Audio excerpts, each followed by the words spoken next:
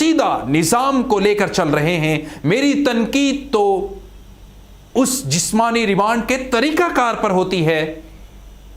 وہ طریقہ کار جو ایک ملزم کو مجرم بنانے کے لیے استعمال کیا جاتا ہے۔ بہرحال ہم تنقید ان افسران پر یا ان جوانوں پر یا ان فرشناس آفیسرز کے اوپر نہیں کرتے ہیں جن کی ماؤں نے انہیں صرف اس لیے پیدا کیا ہے کہ وہ اس دھرتی اور اس پہ بسنے والے کروڑوں عوام کے تحفظ کو یقینی بنانے کے لیے اپنی جانوں کے نذرانے پیش کرتے ہیں۔ ہماری زبان تو ان بہادر سپوتوں کو، ان عظیم ماؤں کو خراج تحسین پیش کرتی ہے۔ ہماری زبان، ہمارے یہ کیمرے، ہمارے یہ قلم تو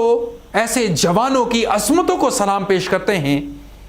جو 24 گھنٹے چوراہوں پر ڈیوٹی سر انجام دیتے ہیں، لیکن تھکن ان کے چہروں پر دور دور تک آیا نہیں ہوتی۔ ہم تو سلیوٹ کرتے ہیں ان شہیدوں کو، ان غازیوں کو، ان بہادر سپوتوں کو، ان جوانوں کو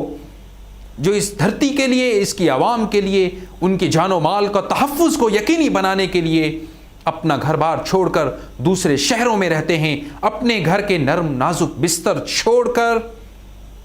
تھانے کے فرش کو اپنا بیڈ بناتے ہیں۔ ہم تو انہیں سلیوٹ کرتے ہیں، ان کو سلیوٹ، ان کی ماؤں کو سلام، ان گودوں کو سلام، ان اساتذہ کو سلام اور اس ڈپارٹمنٹ کو سلام جس کے جوان، بہادر سپوت، بہادر جوان، فرض شناس آفیسرز، اہلکار اپنے فرائض بہتر طریقے سے سر انجام دیتے ہیں۔ ہماری تنقید تو ان افسران کے اوپر ہوتی ہے، ان ذمہ داران کے اوپر ہوتی ہے جو چوک چوراہوں میں کھڑے اپنے ڈیوٹی سر انجام دینے والے اہلکاروں کے لیے ٹوائلٹس تک مہیا نہیں کرتے، اور انہیں اس کے بعد جس اذیت کا کرب کا سامنا کرنا پڑتا ہے وہ اس ٹریفک پولیس کے اہلکار کی اپنی زبانی ذرا سنیں۔ سامعین اکرام، 27 اگست صبح 10:30 سے 11 کے قریب میں حسب معمول اپنی ٹریفک کی ڈیوٹی پہ معمور صف ہمارا چوک کی بیٹ میں ڈیوٹی کر رہا تھا۔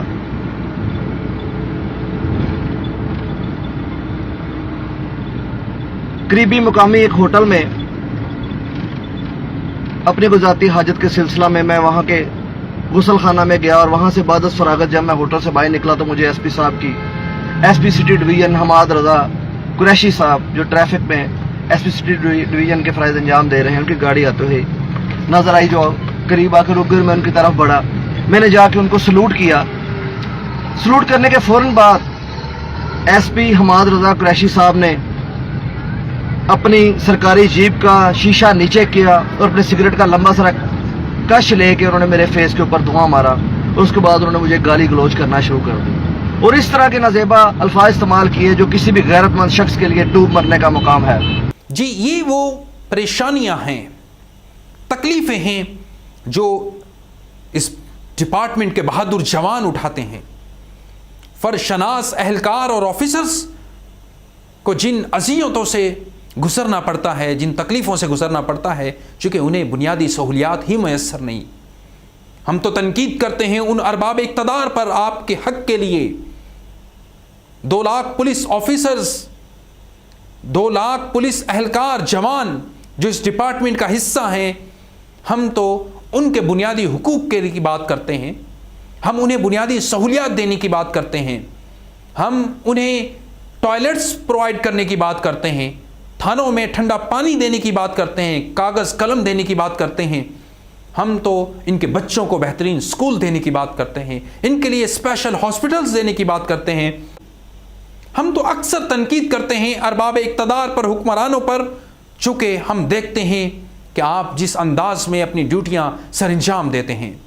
ہم مانتے ہیں آپ اس مملکت کے لیے آپ نے بے شمار جانیں قربان کی ہیں، خون دیا ہے اپنا اس مملکت کے لیے، اس گلشن کے تحفظ کے لیے۔ ہم ریکارڈ کرتے ہیں آپ کی ان تمام قربانیوں کا،